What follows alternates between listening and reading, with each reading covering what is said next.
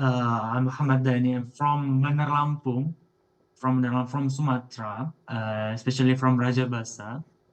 And now it's my fifth Ramadan here in Lebanon, especially in Tripoli. My city, Tripoli, is the second largest country. Sorry, the largest city in here in Lebanon. So it's quite easy for me by the times, alhamdulillah. Fasting alone in itself is quite challenging, but I imagine doing it in a foreign country far away from your family must be even more so. Maybe you can tell us a little bit more of the challenges that you've had fasting in your respective countries now, Dani. Okay, to be honest, fortunately, it's quite easy for me to perform our keys activities here in Tripoli, Lebanon, because Tripoli uh, have a lot of majority Muslim Sunni, Ahlus Sunnah wal Jama'ah in here.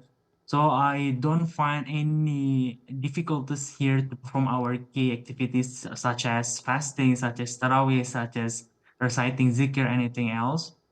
But first thing when I was here, 2019, the first Ramadan, as you know, homesick, uh, and I can't find any Indonesian spices like galangal and aromatic ginger. In Indonesia, it calls lengkuas and kencur.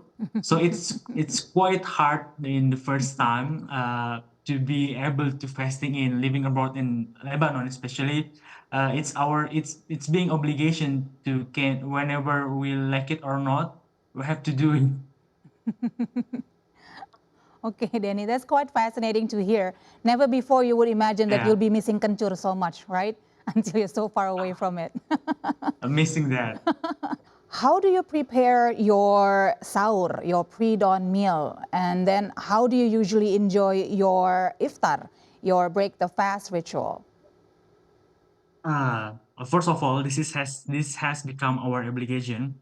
We are required by circumstance to become the independent individual to cooperate with each other, whether we want it or not. To have to do it, to have to cook at our iftar, our sahur.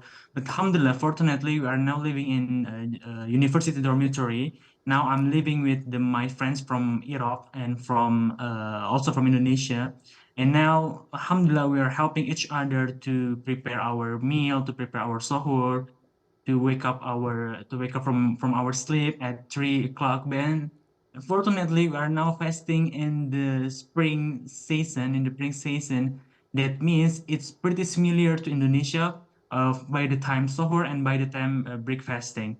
But it was in 2020 and 2019, it was maybe it took 17 or 16 hours to perform the fasting. But alhamdulillah now, due to the season now in spring, we just fasting. It's around 14s or 13s maybe, maybe 13 or 14. It's pretty similar like Indonesia.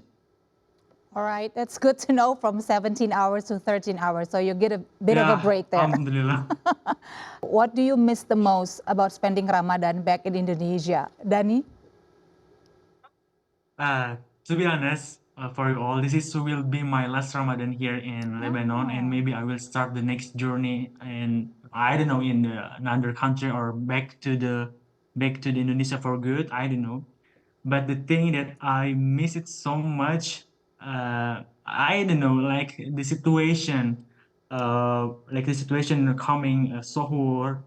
People here don't wake up the citizen. I mean the citizen, which we don't use the speaker in Moscow, and I really miss the situation in Indonesia for sure.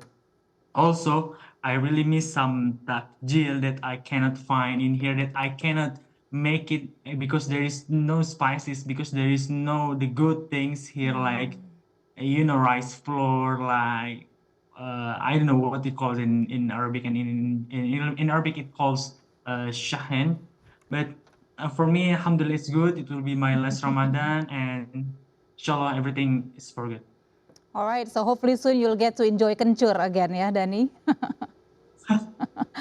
I don't have really the big wish. I don't have really wish for all, but I hope everything is gonna be alright due to the election, due to the political situation, due to the Ramadan things in here in Lebanon. As we know, Lebanon is border to the Israel, and alhamdulillah, there is nothing gonna bad things happen, and I wish everything will be okay, and I